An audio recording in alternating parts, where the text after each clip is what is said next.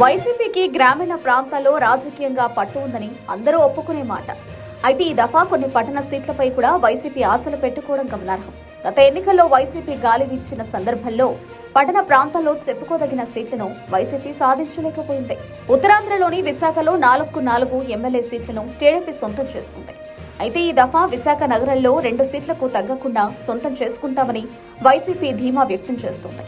అలాగే విజయవాడ నగరంలో east west స్థానాలను దక్కించుకుంటామని వైసీపీ నేతలు చెబుతున్నారు.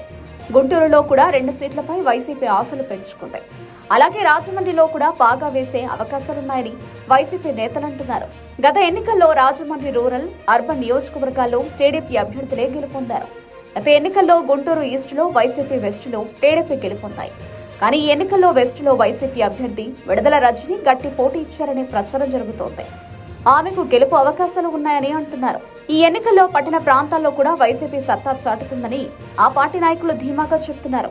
అందుకు తగ్గట్టుగానే స్థానిక రాజకీయ పరిస్థితులు కూడా ఉన్నాయని సమాచారం. రేపు ఈ సమయానికి ఇలాంటి ప్రచారానికి ఫుల్ స్టాప్ పడేలా ఈవీఎంలలో నిక్షిప్తమైన తీర్పు వెలువడుతూ ఉంటుంది. ఏదేమైనా ప్రజా తీర్పు వచ్చే చివరి నిమిషం వరకు రాజకీయ పార్టీలు అంచనాలు వేస్తూ కనిపిస్తున్నాయి.